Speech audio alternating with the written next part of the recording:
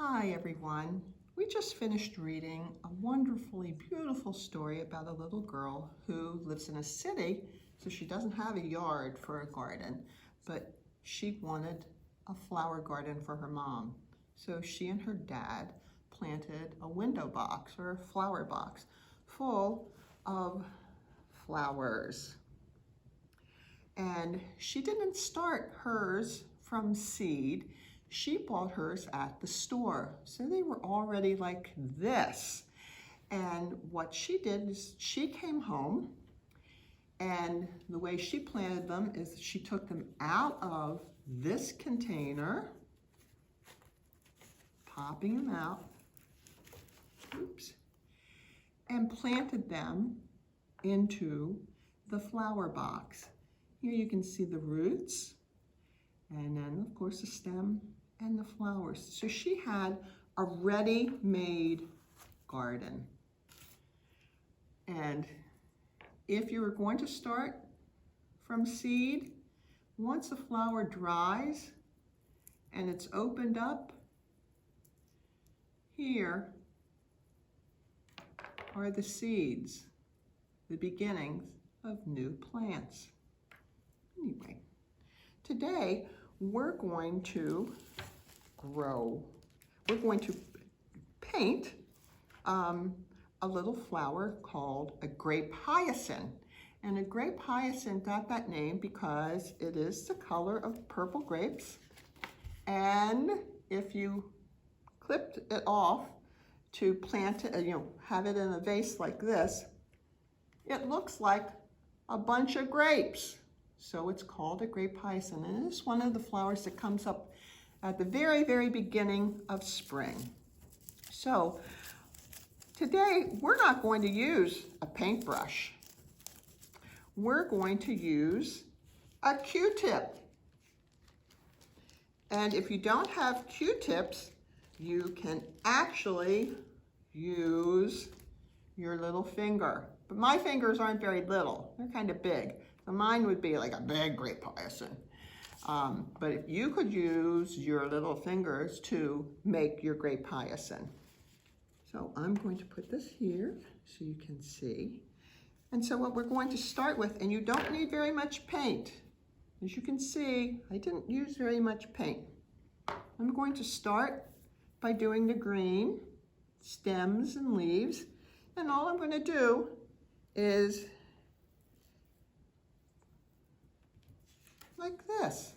That would be my stem. And I think I'll do like this. I think I'll do 3. So I make the green one, and you don't need green paint. If you don't have green paint, you can use a crayon. And then you can put some leaves in.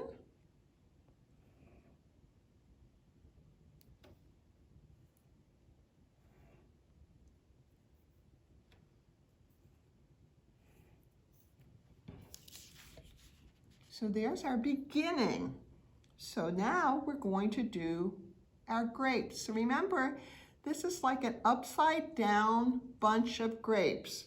So we start at the top, and if you were using your little finger, you would just dip it in and dip it on your paper. But my fingers, like I said, are a little too big for this. So I just take my Q-tip and I make a purple dot for the beginning, one single dot. So then for the second row, I come right by my dots and I make 2 dots.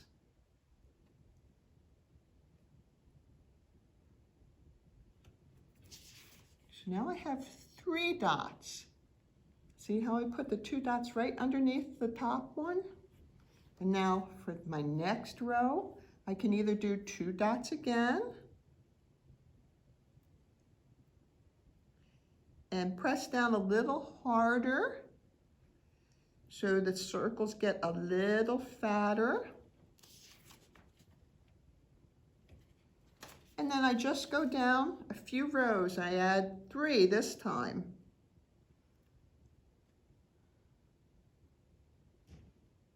And this is good for your eye-hand coordination.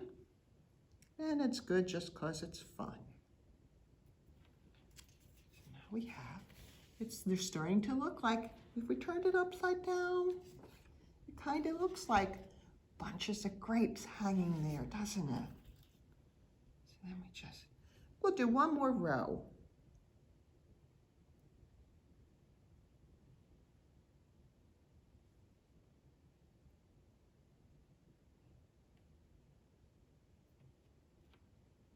And these are my daughter's favorite flowers.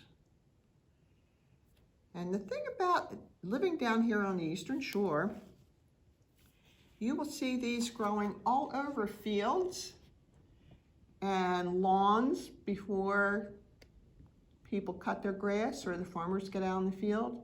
And you'll see all these little purple guys, they're about this tall. The flowers are only about this tall.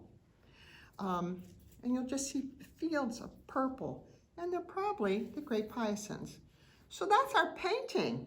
That wasn't very hard, was it? So now what we're going to do while that is drying just a little bit, I'm going to get the green paint off my hands.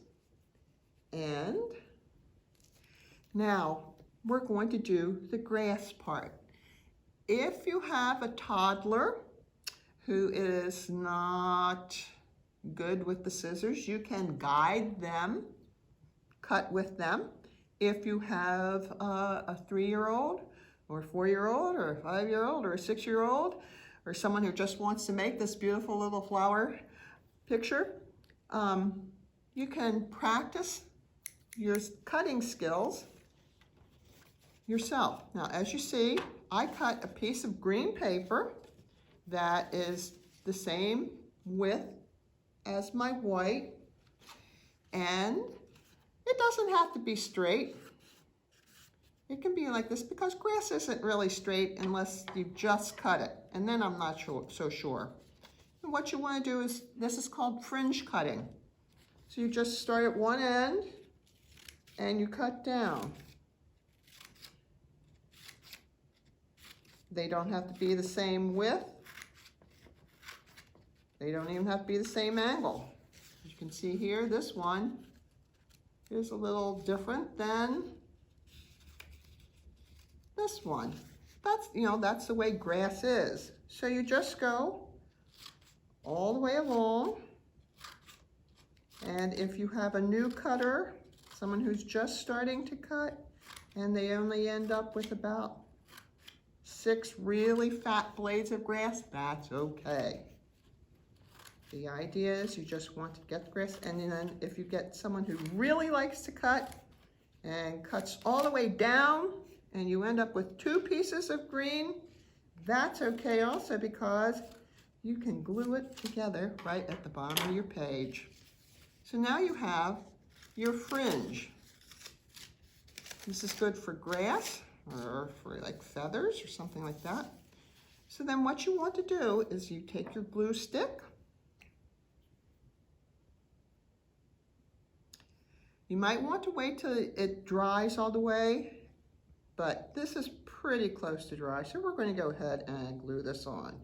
And just take your glue stick and go all the way along the bottom of your paper.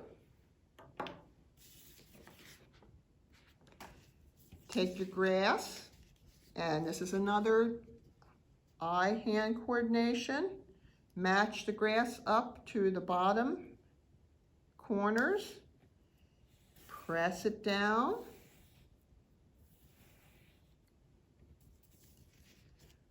And then ruffle your grass just a little bit,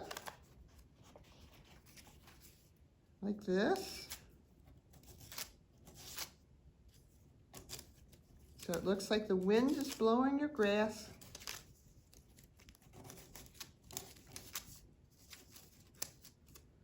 And then you have your beautiful little grape hyacinths. Have fun.